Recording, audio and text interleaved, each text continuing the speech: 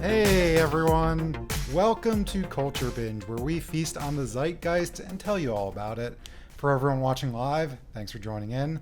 I'm here with Wisecrack researcher Serby. Hi, everyone.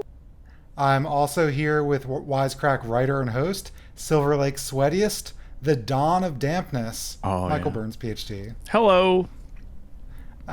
My name is Alec. I run the writing team here with Jared. We're all on Twitter. Say hi to us or don't. That's fine.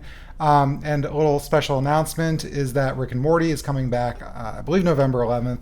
That means the Squanch is coming back. So if anyone wants to hear me, Jared, and Ryan's unfiltered thoughts on Rick and Morty, go ahead and subscribe to the Squanch wherever you get your podcast. We've got some great stuff to We've got some great stuff to talk about today. Serby's first going to talk about Sesame Street. They've got a character that does some opioid stuff. They don't do the opioids, right? They don't. Okay. But then I'll be talking about Domino's AI, which makes sure your pizza is perfect.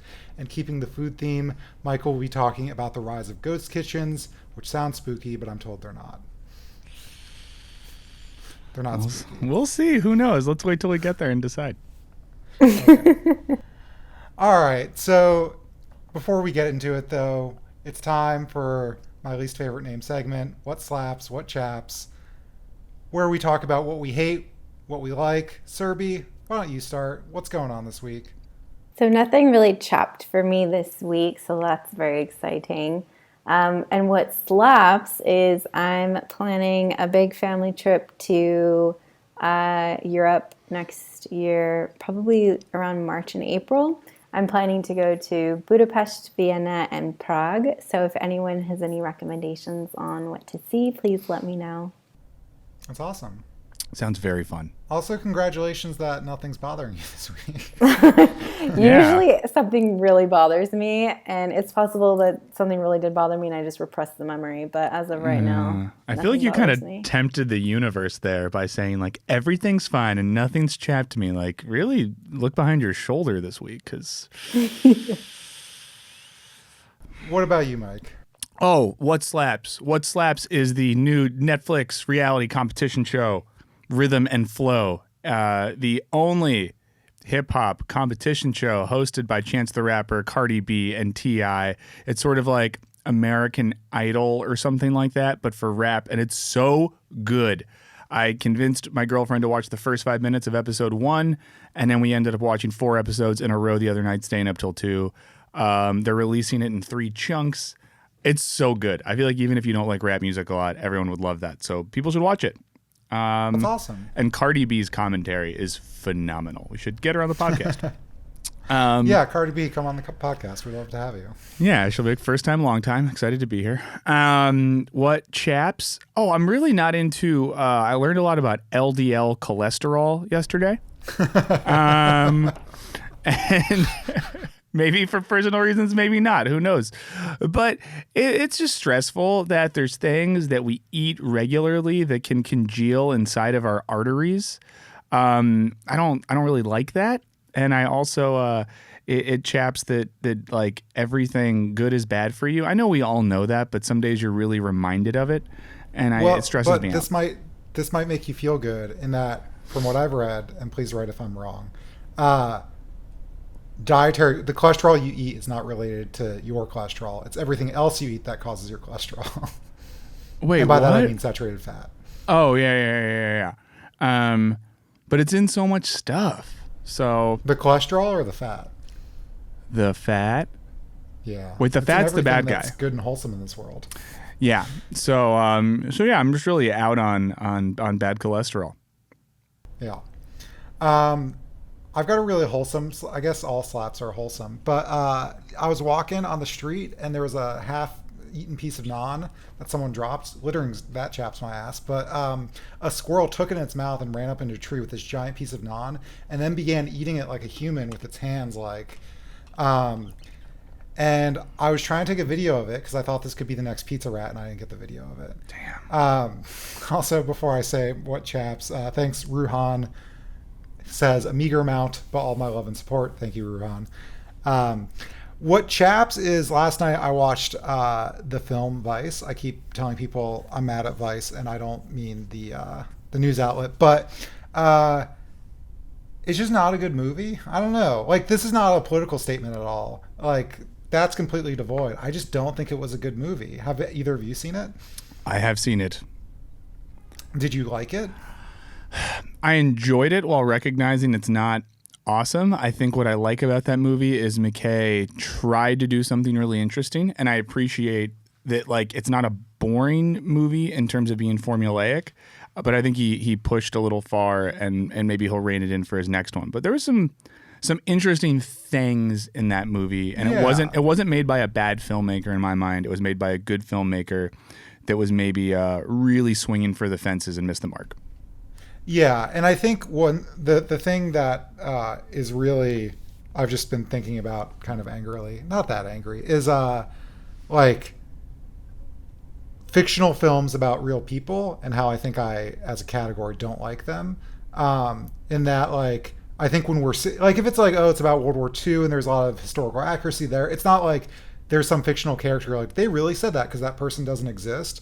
But you know, the film says it's true, and Adam McKay tries to set off like what's true, not true, by making comments in the narration about like, we don't know what was really said, but like, here's what it is. But then that makes you think everything else is true, and there are just like things suggesting that like Dick Cheney was involved in certain laws that he wasn't involved in, or did certain behaviors that he wasn't. So, and again, not specific to this film. Like, I think it's cool that he tried to parse that out. But even watching other movies like Battle of the Sexes and stuff like that, I think it just can give an air of like historical fact that is non-existent. Anyway, That's fair. so that's it for me. I do want to shout out Judah Bides, always donating. Thank you. He says, what slaps is reading Wisecrack Medium articles about Fleabag, chaps, delivering pizzas not for Domino's in week-long rain. P.S. to Mike, I'm German descent. I don't know why that matters, but cool. I'm glad to know that you like the Medium publication. All right, so let's first get into Serby's topic. You're talking about Sesame Street recently introduced a new character. What is it? Yes, so today's segment is brought to you by the letter G. G is for grateful, and I'm grateful to Wisecrack interns for surfacing this story about Sesame Street's handling of difficult topics. So many of you may not know that Sesame Workshop, which is the organization that produces Sesame Street, also has a digital series with online videos featuring new characters.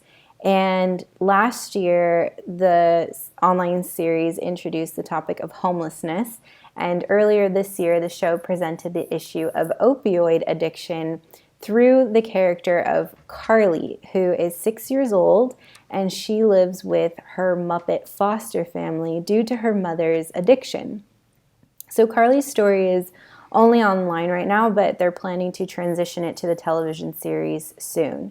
So when discussing her situation, Carly says, "My mom's been going through a tough time. She has what's called a grown-up problem, and grown-ups need grown-ups to help fix the problem. So my mom had to go away for a little while."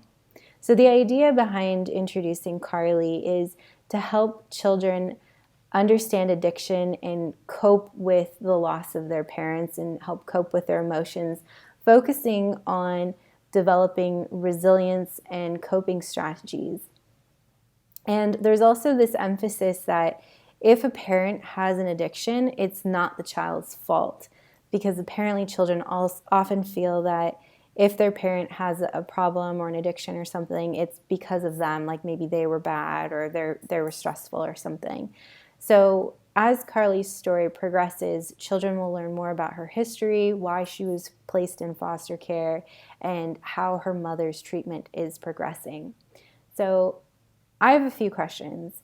The first is, how do you feel about Sesame Street introducing young audiences to difficult topics like HIV, homelessness, opioid addiction? And do you think that children are able to comprehend topics like this, and should they be exposed to such topics at a young age? And just as a reminder for those individuals who don't know Sesame Street is a children's series that I would say maybe like ages 3 to maybe 10 watch. Maybe 10's a bit old, but it's designed for very, very young children. I'll start. Yeah, I think it's fine. I mean, here's the thing. Kids, not all kids, but kids will be introduced to this naturally, especially like if they're in a community with like a lot of opioid addiction, or HIV or any of those other things. They might have family members that, you know, have HIV or any of these various problems. So I guess it's better to expose them in like a thoughtful, age appropriate way rather than them just not understanding what's going on, but like kind of dealing with the fallout of that. So yeah, like I think it's fine. I don't like, I know we have this idea that we shield kids from a lot, and I don't know where that started necessarily or what the. I think the idea is that they're fragile and we'll break them if we tell them about how we're all going to die, or that like sex exists. And I just don't know how rooted in kind of like actual psychology or evidence that is. You know, I don't know. Yeah, I'll probably be a little hyperbolic by accident, so take this with a grain of salt. I don't know about this. I think that like the world sucks, right? So the older you get, you're progressively learning how bad everything is and how much dark shit is out there and all these horrible things that can inflict our minds and our bodies and the world around us.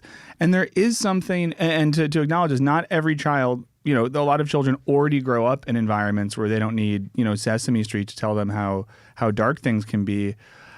I'm a little more on the side of like, let's protect kids' fragile psyches, maybe teach them about like recycling and kindness and stuff like that so they're not dicks. But I don't know. I just like, it has to be weird because maybe you're 7 and you hear about meth addiction and then you start Googling stuff because they can Google stuff, and then you're looking at like pictures of what meth does to people or like learning how to cook it, or you start watching Breaking Bad and you think like, oh, all teachers make drugs. There's just like a spiral here. And yeah, it's good in spirit, but if I had a child tomorrow that was born at 5, I just don't know if I would want to show it a cartoon that teaches it about addiction just yet. I think that's fair. Yeah, go ahead, Sophie. Yeah, I agree. So Alec, you said something, I don't remember what it was exactly, but you said something that made me wonder whether, we have this tendency to protect children and to shield them from the horrors of the world. I wonder if that's specific to the American culture. I wonder if there are other cultures that don't do this sort of thing. I remember I was talking to somebody who's from Europe, and she said that she learned that she walked to school, or she biked to school starting at like age 5, and her school was like a mile or 2 away, and that was a completely normal thing that all children her age would go and do that. Whereas here, like, I'd never do that. Like I don't want to be a truther, but I did that as a kid in America. Rode my bike to school at a pretty young age, about a mile. So now I know that my parents were mile's shit. Like 5 minutes away on a bike. Okay, bad example. But the idea is are there other cultures that don't do this sort of thing? Like, do they have more open conversations about topics that Americans maybe shy away from? So that's one thought I had. And then, Michael, when you were talking about wanting to shield kids and or not shield them, but maybe let kids be kids and not introduce them to these topics, at first when I read this article, I was in support of it, and I thought that's a great way to introduce kids to this. But I think there needs to be a balance in content in order to not overwhelm children, so that kids don't have those processing skills that we've developed. You know, if you give them too much bad information at once, they don't know how to handle it. So I hope that there's a balance in the show, and not just in each episode. I hope that like one episode doesn't have HIV, and the next episode has homelessness, and the next episode has opioid addiction. I hope that it's like spread out a bit more. And I think that we can teach children resiliency and coping mechanisms in a different way. And I don't agree that this topic should be transition to the main television show. I think that it should maybe stay on a digital platform where parents and families who want their kids to know about specific contemporary topics, they can upload that and show it to their kids. I do think it's good that they're doing it. I just don't know that it is appropriate for every child. I think you're worried about overwhelming them, but by virtue of them saying, oh, they're having like euphemisms like they're having grown-up issues, or like, they're not showing you meth teeth, for instance. Yeah, mom has special candy that makes her feel good. Like, but this makes me think though of some of the issues in classical German philosophy. Because As all things no, do. here's what I'm thinking about. Because okay, so there's the really we only got to get too into this, but the imagination, right, is important. And let's say from this guy named Kant who's dead to a guy named Sartre who's dead, they're all dead. But this idea that like to have a good imagination or the ability to imagine ideal reality can help us like philosophically and politically to conceive of what the world could be like. So I guess I think that there has to be a point in our development where we're free to imagine like unrealistic ideal things, so that as we progress in age, we're able to at least have a little bit of that like imaginative spirit. And I would just worry But are they saying that's part of age? Like, doesn't that come when you're 20 and can't afford a home, so you dream about owning a home? Yeah, but I feel like if you grow up and all your cartoons are just like homelessness, AIDS, meth, then you're like, well, this is it. Like the cartoons told me, and things are going bad, so maybe I'm gonna get some of that special candy. Sorry, I shouldn't joke about that. No one do meth. It's not good. Or opiates or whatever it is. Sorry. Well, that does make sense to me. It's like I read this one study that discussed the importance of children having structured and unstructured play, and that the problem with younger generations now is that parents force their children into so many different activities that they run from like baseball to soccer to dance to violin, that children never have unstructured play, and they never have they lack the ability to develop imagination and creativity. And I wonder if this is the same sort of thing. Like if we keep pushing these large issues onto children, are we not giving them room for imagination? But then I also see the point of having a safe space to educate children and to expose them to greater issues. It's hard being a parent, I guess. Yeah, as three non-parents, I think we can all agree on one thing. It is hard being a parent. Let us tell you. There's one last thing I want to add before we move on, which is I was reading a book about like history of people's perception of the vaccine, and there's this thing that happens in the middle of the 1900s where family sizes are getting smaller, and that keeps happening because of birth control and stuff like that. And essentially what happens is because people know they're only going to have one or two kids, they start caring a lot more about what happens to those kids when it comes to like not only like birth defects, but how they like develop and grow, or like go to 18 different practices every day, right? And just the thought that it's almost like if you have 10 kids and one of them turns out kind of fucked up, you're like, oh, whatever, I got 9 good ones, is a funny juxtaposition to now, where it's like, well, I only have one, so I really need to make sure I don't fuck this one up.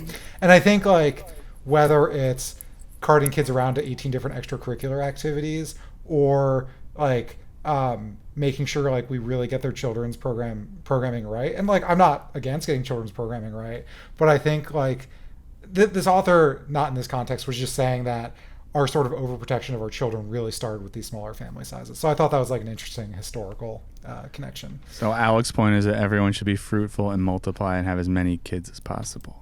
That's not what I said. That's exactly Anyway, our next topic. Well, okay. Before we get into our next topic, which is Domino's AI, it's time to pay the bills. We've got a great sponsor today. Culture Binge is brought to you by Skillshare. Skillshare is an online learning community with thousands of amazing classes covering dozens of creative and entrepreneurial skills. You can take classes in everything from photography and creative writing to design, productivity, and more. So whether you're returning to a long-time passion project, challenging yourself to get outside your comfort zone, or simply exploring something new, Skillshare has classes for you. For those of you who don't know,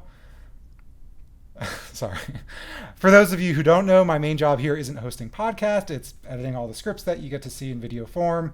And I write a lot too, and I'm always trying to get better at the writing and editing. And that's why Skillshare is great. It lets you hone any skills you've been developing or just learn an entirely new skill. I recommend the class Creative Nonfiction, Write Truth with Style with Suzanne Orlean. I've recommended it before.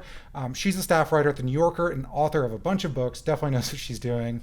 But the class really helped me think through writing video essays and everything we've been publishing on Medium. It's really helpful for me to see how other writers pick subjects and arrange the elements of their story. But you can join millions of other students already learning on Skillshare today with a special offer just for Culture Binge listeners. You can get 2 months free. That's right. Skillshare is offering you 2 months of unlimited access to thousands of classes for free. To sign up, go to Skillshare.com/culturebinge. Again, Skillshare.com/culturebinge to start your 2 months free now. One more time, Skillshare.com/culturebinge. Anyway, with that being said, let's talk about, you know what? I'm gonna go out of order. Let's go to Mike's topic. You want to talk about ghost kitchens? I wasn't ready for this. Yeah, so, as we all know, in life, when things die, they never really die. They come back as specters that either haunt us or support us, depending on their spirits. This happens for animals and people, so we all are used to that. But what happens when a kitchen dies?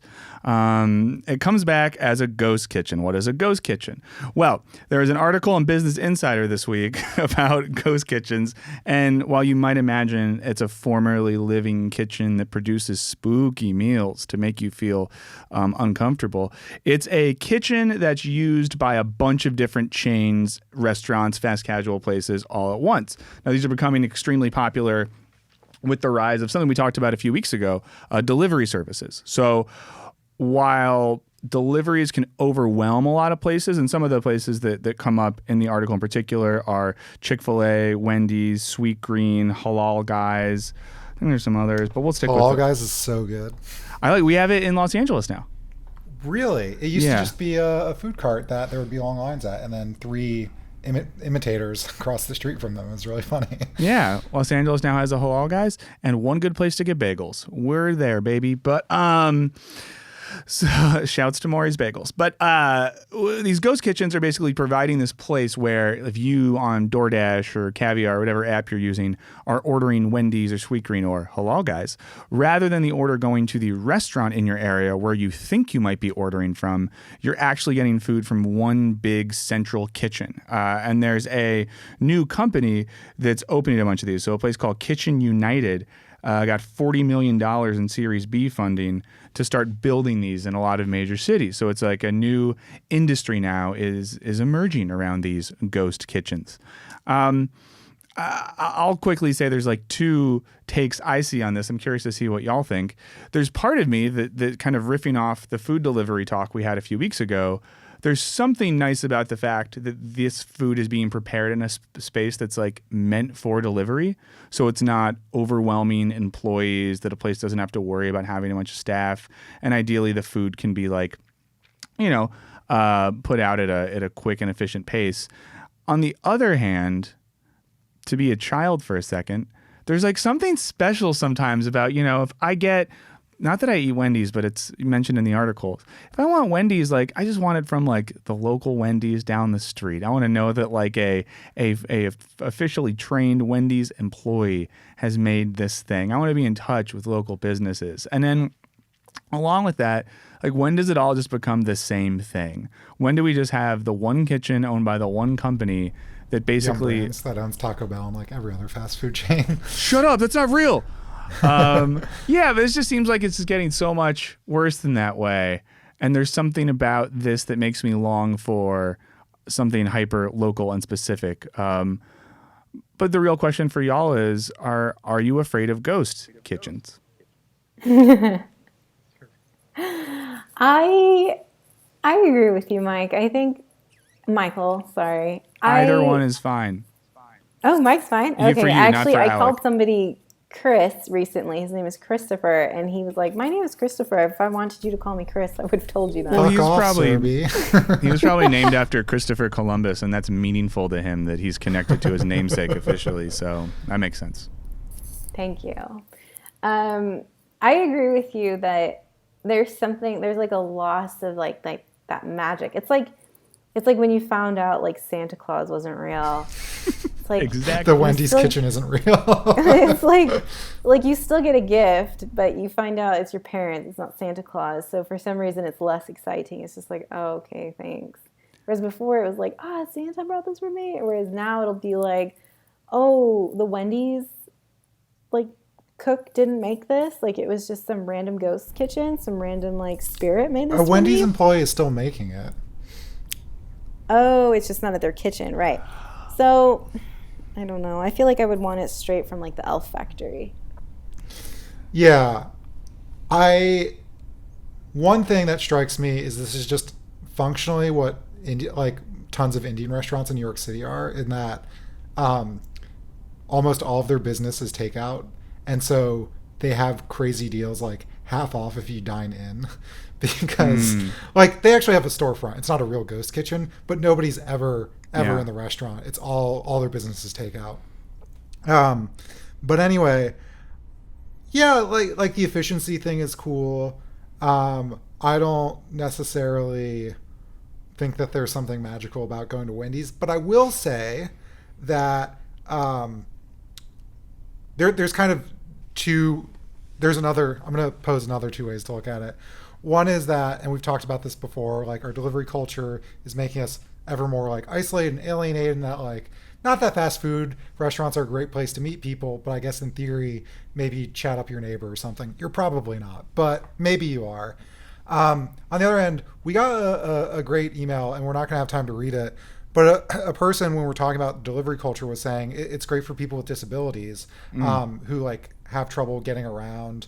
And a lot of these things that people complain about millennials being lazy are most of all benefiting people who use wheelchairs or people who have mobility issues or a million other things. So that's cool. And also the other reason I think it's cool is that sometimes I go to like takeout places and I'm like, great, there's no line. I'm gonna get my food in like 2 minutes, but there's like 18 different takeout orders that I have to wait for, which is fine. I can wait, but it makes me happy that this will now be in a place that I don't have to worry about. Yeah.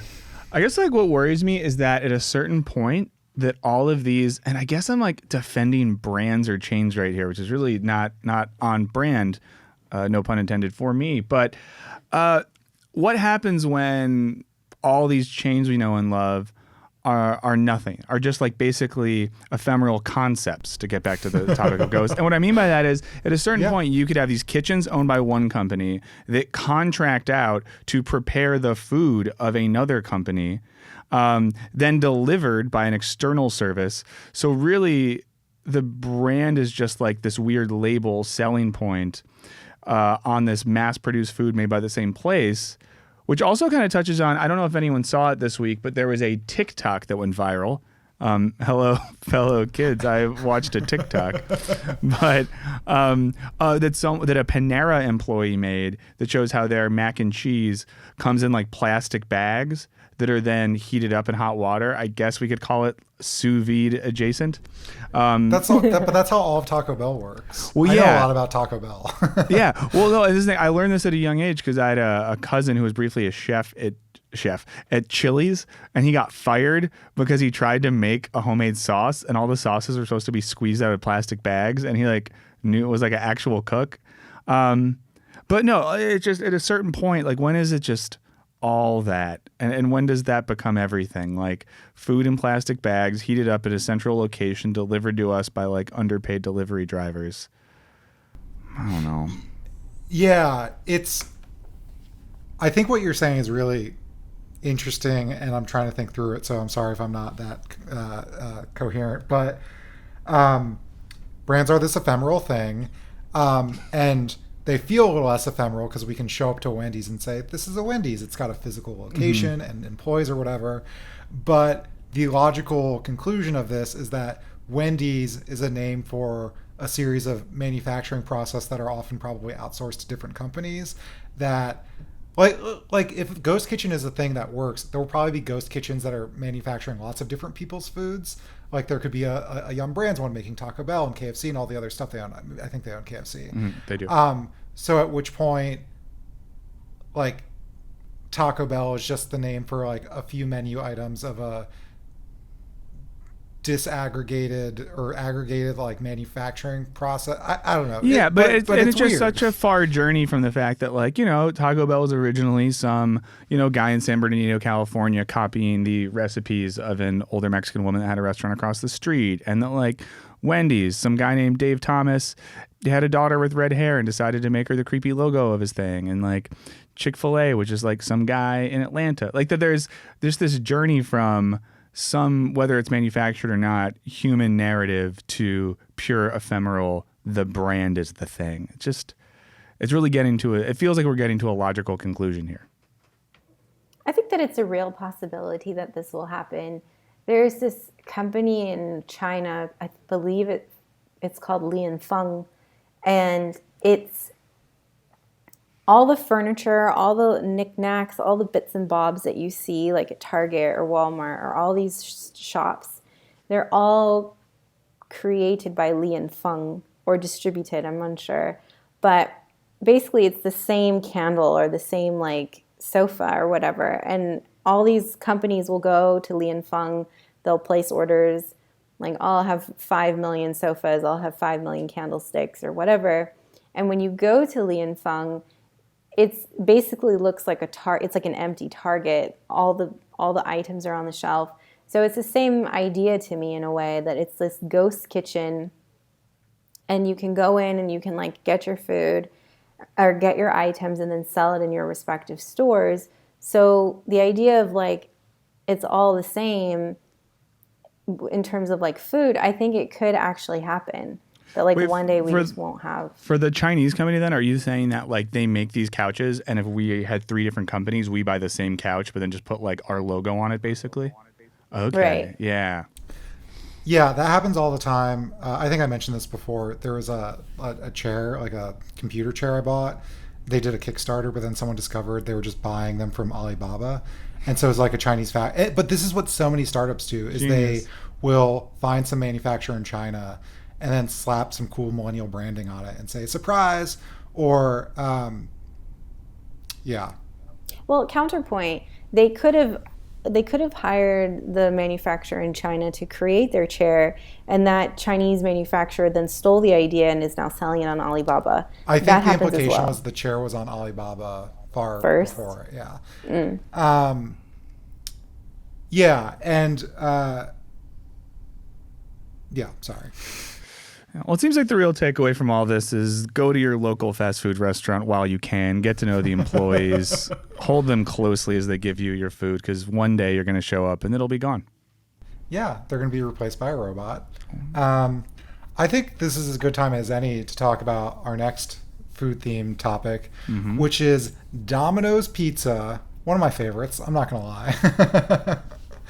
lie. So this is from an article from Sarah Emerson on Medium.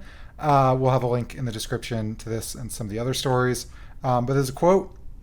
The multinational pizza chain has been rolling out its DOM pizza checker, a scanning device that looks straight out of Minority Report to identify bad pizzas and stores with poor customer outcomes in Australia and New Zealand. So what this is, it's an AI with like machine learning. It's a camera that takes a picture of the completed pizza in your store, and it gives it a score based on cheese, border, like I guess the shape, and the spread, which I'm imagining is the spread and distribution of the ingredients. If it identifies that the pizza is poor on those qualities, it has to be remade.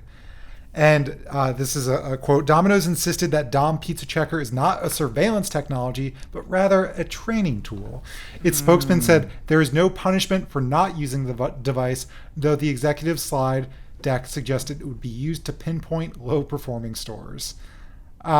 So in this case, I think it's kind of benign, but I think the trend is kind of scary, especially in that I think being like, hey, spread those pepperonis out a little bit more is probably the least dangerous form of AI. But I think this is probably just a case study for other uses of AI in surveilling workers. And I think really the issue is, and this has come up before in like the history of industrialization, is that you have kind of humans we suck. We got like shitty bodies that don't work properly, and our brains suck and find it hard to do the same task for more than 45 minutes. And we're essentially being judged as if we were a machine. So you have this kind of discourse during the Industrial Revolution when people are working on assembly lines that's dehumanizing work, that they're working as like machines, and we're not machines. Like we can't. I mean, we can, but it's bad for us to just like hammer the same nail for 8 hours on end. And I think that and Amazon is doing things like this. Obviously, Domino's is doing this instance. So I'm just overall kind of freaked out about it. What do you guys think? Well, did you say Australia and New Zealand? I mean, my one positive take or devil's advocate thing is maybe it's just in those countries because they don't have solid pizza culture, so their employees don't have the ingrained ability to see those. Because when I lived in England, delivery pizza wasn't as good, and they have like Domino's and Papa John's, and they like wouldn't be as good. So in that sense, sure. But yeah, if I'm an employee in one of those stores and I realize there's an AI tracking my ability to do things, and I wonder what's like the next logical step. And I think the example you bring up of the sort of mechanization of human labor we get, to me, it's like, yeah, what's the next step? AI watching all the employees, making sure they're going through the exact right steps over and over. I don't like that. And also with pizza, sometimes it's the imperfection that makes it perfect. Yeah, the imperfections. Beautiful. It's just knowing that a guy named Gary, which Domino's will tell me made my pizza. I love that they do that. You know, that one slice is missing its topping, and it's like, Gary, you had a hard day. I understand. Yeah. I think that this is a waste of time on Domino's part. I think it's a waste of resources and money. I don't understand. Like, what is the budget? Like, how much money are they allocating to this sort of thing? Like, is this the best use of resources? Perhaps they should increase the quality of their food rather than... The quality of the food is perfect. I'm going to have to stop you right there, sir. Thank God you all are in the same room, because I would have to break up this fight. I don't see the point in it. Also, I am strongly opposed to organizations doing things like that, like monitoring employees. I worked at this one startup. They had us download software so that it would take pictures of our computer screen like it was like random too, like, but it would be like every 10 seconds, but like randomly. And so you never knew when it would take a picture of your screen, and then it would track how active you were. So like if you weren't moving, if you weren't like doing things, typing, it would show like, oh, Serby's been inactive for 20 minutes, but I could have just been reading something or like researching something. Yeah. So anything evil. that like tracks employees in order to indicate performance, I think is shit. And if I were a Domino's employee, I would get a different job because that sucks. You'd walk right over to that Pizza Hut and say, I have trade secrets I'm willing to share. Yeah, I think this is also why I dislike certain corporate trainings will talk about time theft and stuff but and I'm very lucky because like Wisecrack, you know, I've a kind of creative job, and if I'm just shoving my face full of food for 10 minutes because I'm really stressed thinking about a script, I know it looks like I'm not working, but I am, because like as I'm putting more Doritos in my face, I'm thinking about the problem I can't solve. But one of these tracking apps doesn't know that. Or like sometimes I just need to stare at a wall for 5 minutes to like get my brain to clear so I can write a few more sentences. And I mean, in this sort of like lingo of management, this is all like time theft or unproductive or any of those things. And yeah, I guess it would be productive if I could just like write a sentence every 5 seconds for 8 hours a day. But nobody really works like, and it's not just writing, right? If you are solving difficult problems, or even if you're working in a restaurant, sometimes you just need to lean against the wall for a minute and sort of catch your breath and, you know, use the brief break you have before customers start yelling at you to get them more things. So yeah, this is like a really good discussion y'all led into, because it's just highlighting the distinction between the expectations of contemporary work and labor trends and our very humanity. and like the sort of anti-humanism inherent in some of these technologies, and like the sort of the tracking software you mentioned. I'm not going to say the company I work for uses that for remote employees, but I'm going to say that they do. And I was like working with a writer who hit me up to be like, yeah, in my like onboarding stuff, it says I have to install the software. And I was like, no way, fuck that. And I had to hit up someone at the company to just be like, this is stupid. And someone who's doing work, especially someone who's writing, but someone who's doing anything else, like you might need to walk around the room and think, and that is working. And also sometimes like you need to do other things as part of like the facilitation of your labor. So I want Domino's employees to have that same luxury. Maybe you need to be creative when you think about the next set of toppings you're going to make. Or maybe you've had a rough day and you're the guy in the commercial that folds the boxes really fast. Wow, yeah. That guy needs a break. Yeah. Or maybe you're dealing with a lunch rush and you don't have Yeah. time to make sure that each mushroom is evenly spaced, and you just want to get people warm pizza. That's a thing too. And I think that when we look at things too clinically, we remove things like common sense.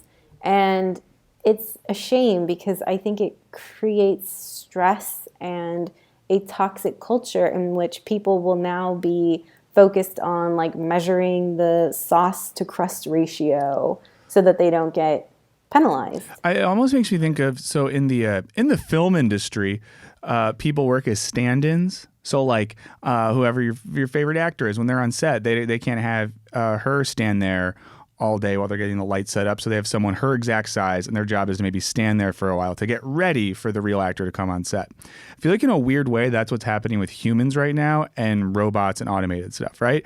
Like we're just the stand-ins for all this new technology until they can get robots or fully automated things. Because is Domino's end game to just have awesome AI and then like Gary making pizzas? No, they want to fire Gary and have a fully automated pizza production process. So that's why it doesn't feel right now. And I'm not denying the talent of stand-ins, but if you give the stand-in Julia Roberts lines and say it's you now, baby, she's not going to do it as well, and nor should she be expected to. And I feel like that's what's happening to us. I like the idea that we're all stand-ins for the coming robot apocalypse. It's true. I really think that. I think that it is true. There is like this huge push to automation and this idea that we need to remove humans because of human error, and that humans insert problems into processes. So that's a problem for me because I'm a human and I have to write about that stuff sometimes.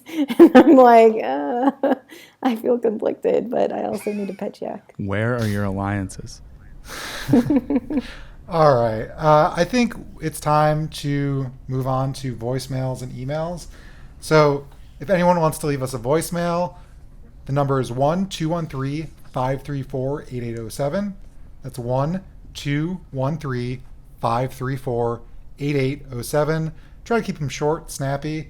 And if you want to leave us an email, write us an email. It's culturebinge@wisecrack.co. There's no M. If you put an M at the end of CO, we will not get it. Thanks again to Dude Zabad. He keeps donating. Dude Zabad wants to know if the FDA is monitoring these ghost kitchens, and yes. Like, things like these exist in New York. And that, I mean that, like, there's bakeries that bake and will ship off their pastries and stuff to different restaurants. And yeah, you can't do that without like a health, not the FDA, but like a health certificate. I'm sorry, that's a tangent, but thank you, Dude Abides. What do you got, Mr. Burns? Are we doing the audio voicemail? Should we start with that? We're doing the voicemail first. Do you want to start audio, or do you want to start with my silky voice reading the emails?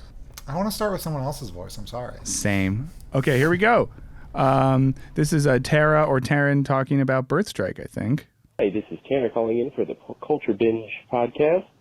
Just curious of your thoughts on, the morality of having children in this day and age. And I was curious to think, at least solely on the idea of infant mortality. And back in the day, how, infant mortality was so high.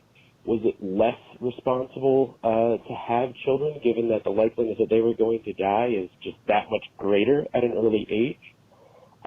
Versus today, at least, in America and more developed countries where the medical science is really good and all that. So I want to know your thoughts on that. Cool. So, for context, this is about people not wanting to have kids because we're all screwed. Yeah, and then he was asking like if it's responsible now to have kids, but if it was even more irresponsible back in the day when infant mortality rates were super high. Well, not only infant mortality, but this kind of goes back to what I was talking about before of one of your kid might have had, cataracts from rubella. Another kid could, anyway, the point is that they could really be messed up in all sorts of ways. And also die at a very young age. And also like during times of war and famine. And I think in a weird, grotesque way, it proves the irresponsibility point that people had 8 kids, and if a few of them died or grew up fucked up, they're like, all right, well, I got these other, healthy, happy ones. So maybe. But like, isn't an issue too, I guess the flip side of that would be back in the day, even if there was conditions that meant the child was less likely to live, you like needed the kid to produce labor for your pre-industrial farm or shop or whatever it is. So there was like a moral imperative where now, like Alec, you don't need to produce a child to become the next great Wisecrack intern, producer, editor, writer. You know what I mean? Like none of us need to create labor. So in a weird way, it seems like we don't need kids now, but they actually needed them then. Yeah, that's fair. Serby loves kids. Loves I them. do. I don't know. I mean, it makes sense. But I think the issue is that did people know back then that that's what was happening? Like, did they know that about the germs and the bad water and the diseases and things like that? So Yeah, I no, can't they were blame idiots. the people from. Pardon? Oh, I just said no, they were idiots back then. Big Yeah, dummies. that's what I assumed. Kidding. But I feel like you can't blame people who didn't know. I feel like the bigger issue is today with what we know. Like, are we the assholes for having kids? Maybe, but I still want them. There you go. All right, let's get into the emails. Awesome. So this one is from Sequoia, who says, I want to start out by saying that I'm a huge fan of all your content. The reason I'm writing in today is because I'm a pharmacist and I wanted to join in on the bad medicine discussion from last week's podcast. My first answer to the question of if people rely too heavily on expert opinions would be yes. But my more frustrating answer is that it depends and that it's hard to find a better solution. As was noted in the podcast, if you look up any drug on the internet, you're likely to find someone somewhere that has had a horrible reaction to it. I think we should do our best as healthcare professionals to let people know there are serious or common reactions for certain medications and what they can do if they arise. I think everyone should do their best to be well educated and interested in their health conditions and their medications, because people who are more engaged and become an active participant in their own care tend to be treated more effectively.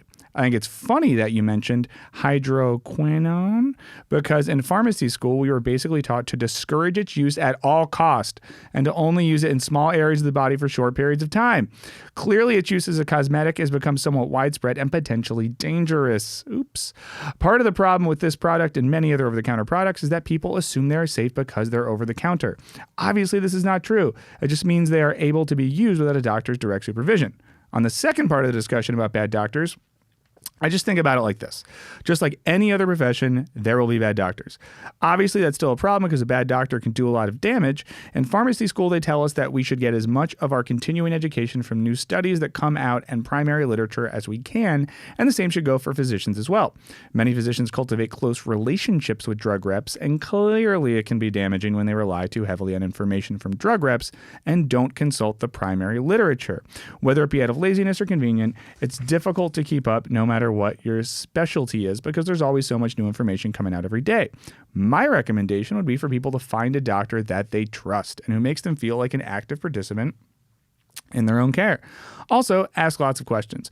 If you don't feel like you have the time to ask your doctor all the questions you have, ask your local pharmacist. Not to toot my own horn too much, but we are the most educated professionals that you can walk in and talk to for free. Sincerely, Sequoia. I've never asked my pharmacist anything because I just assumed if I needed medical advice, they would charge me lots of money. Oh, they're spitting So- game for free.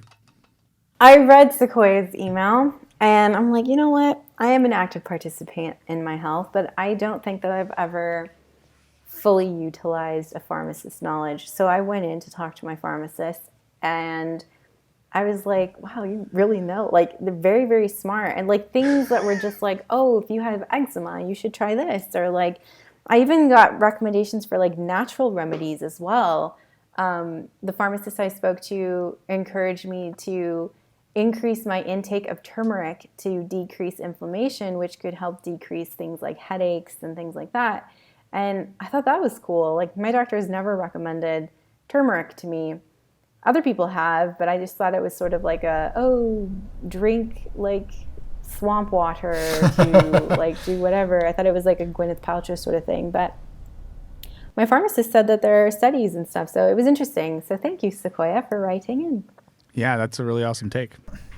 Yeah, well, we got another pharmacist who emailed in, but I think our next email is from Ryan. It is. Email from Ryan. An issue I see that often gets overlooked is that some doctors have to balance marketing their practice and acquiring new patients with giving the best medical care.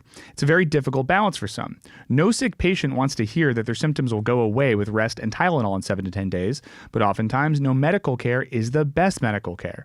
The issue comes when doctors prescribe antibiotics when they aren't needed just to keep a good reputation on Yelp and Facebook and maintain a sustainable patient load. You can't be a doctor without patients. I just wanted to share my observations about a topic I'm passionate about. Love the podcast. Also, this person's a medical student. I accidentally omitted that. Yeah, it's a medical student, and the most important part is they love the podcast. Yeah. That's great. That makes me think of, there was a This American Life episode years ago where they interviewed like a French doctor that helped invent one of the big modern antibiotics we use, and he's never taken it. And they interviewed him, and they were like, why? And he was like, when I get sick, I just like lay in bed for a week or two until I feel better again. Yeah, I worry. Healthcare is just so fucking complicated and fucked up. But on one end, you have doctors, as our pharmacist friend pointed out, is not necessarily as up to date on the literature as they should be, oftentimes, not all the time. Then you have, for the doctors, their own pressures to like keep their business afloat. You know, if someone who's like, I'm sick and I need to not be sick tomorrow, give me some antibiotics. If you're like, hey, I don't want to do that because of like super bugs, they're going to leave you a bad Yelp review and then you won't be a doctor anymore. Everything's awful. I don't know. I really like this email. That's great. I went to a hand surgeon last week, and he had a really interesting perspective. He said that the issue that I'm dealing with is something that is a lifelong problem. And he said my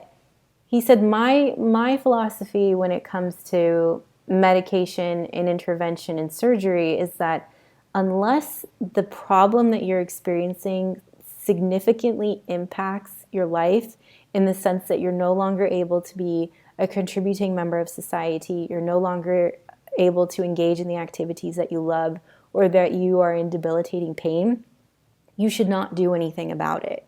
And he said I could give you medication, I could do surgery, I could do any number of things, but he said sometimes more problems can occur if you intervene than if you just leave it alone. If it's something you can live with, then live with it. Don't take medication for it, don't get surgery for it, if you can live with it.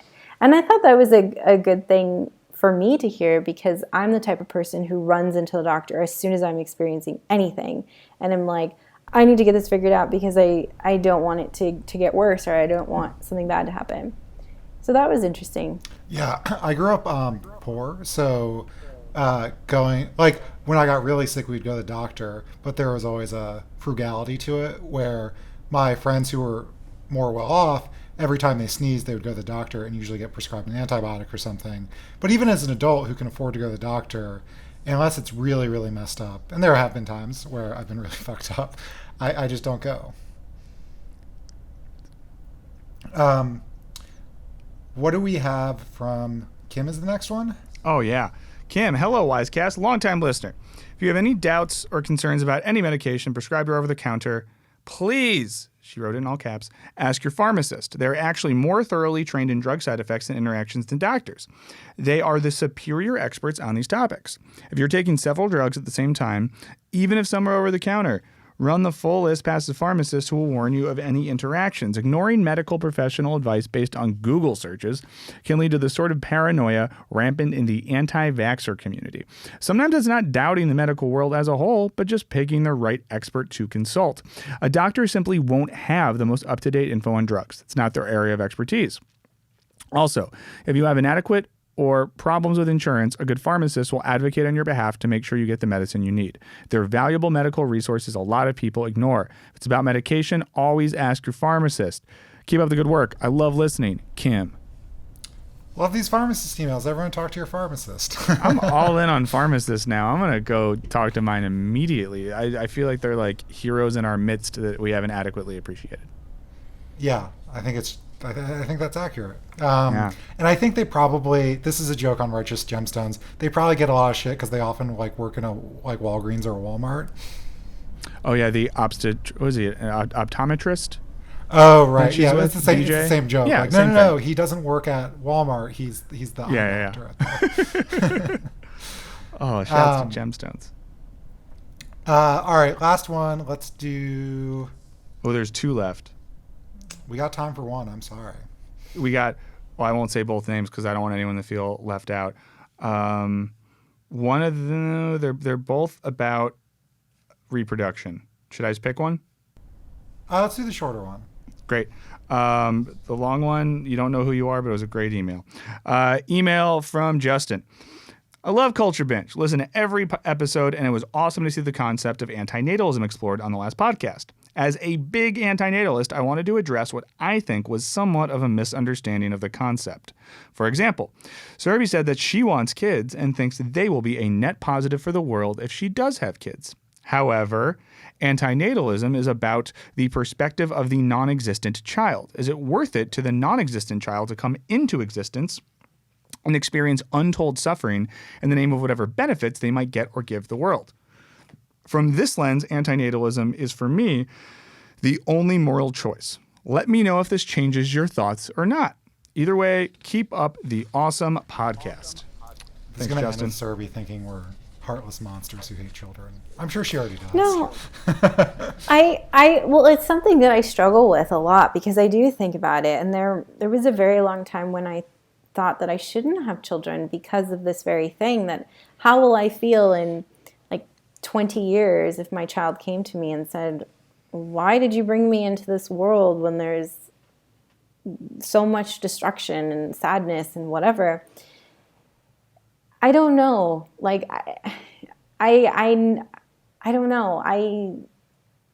I struggle with it a lot. And I guess my own selfishness prevails that I want to have kids. So I guess that's the story there on that. It doesn't change my mind. It makes me feel bad. But it doesn't make me not want to have children. Yeah, I get that. I mean, I think like for me, I objectively know that eating chicken tenders with hot sauce and french fries is bad for me, but I'm going to continue to occasionally do that throughout my life. And I objectively think it's probably bad to have kids, but I'll probably end up with another person, obviously, having a kid at some point. And I think it's like, cite this podcast in their lawsuit against you. dang it. Oh no. Oh, I love him so much. And she's an unfit mother. You should see the thing. I'm sorry, it's so mean. But no, I just think it's like one of those things I've struggled with for a while. And this is maybe a shitty cop-out, and listeners, sorry. But sometimes it's like there's things that maybe in a purely rational sense might be problematic that we probably are still going to do. And I think having kids is one of those things. I will just conclude this with, I like to think that there's 5 antinatalists listening to the podcast. Just super excited that we're talking about antinatalism, being like, there's dozens of us, dozens. I'll write in. Let's see how many there are. All right. Well, it's been great talking to you all. Thank you, everyone, for listening. Thanks to all of our patrons for supporting. Thanks to everyone who donated. We'll be back next week. A lot of you have been freaking out when we take a week off, so I'm sorry. We're not going anywhere. It's just we had to take the week off. But if you're not already, subscribe to us on RSS. Where can people find you on the internet, Serby? Suri Patel 22 on Twitter. And Mr. Burns? At Michael O. Burns on Twitter and something similar on Instagram. I'm at Wisecrack Alec. I think you should change your Twitter handle to Dr. Do. But thank you all. Have a great week. Bye.